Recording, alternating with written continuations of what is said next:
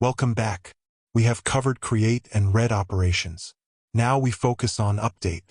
The update operation in MongoDB requires a different approach from SQL, relying on update operators to safely modify fields without replacing the entire document.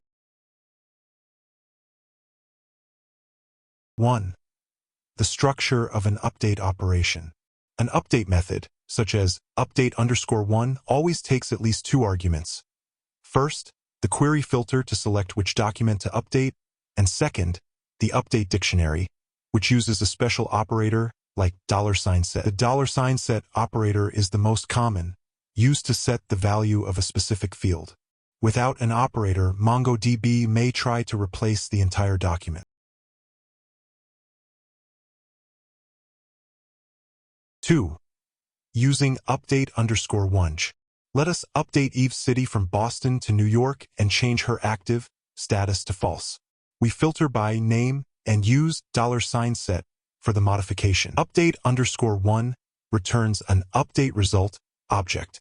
We can check matched_count to see how many documents fit the query and modified_count to see how many were actually changed. 3. Using update_many.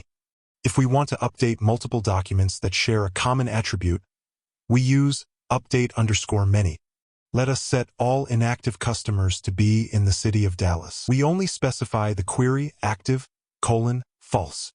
Update_many will apply the city change to all documents matching this filter.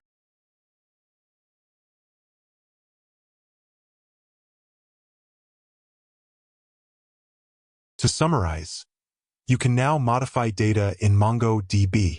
We have one operation left: delete. Our next lecture 30.10. Delete. See you there.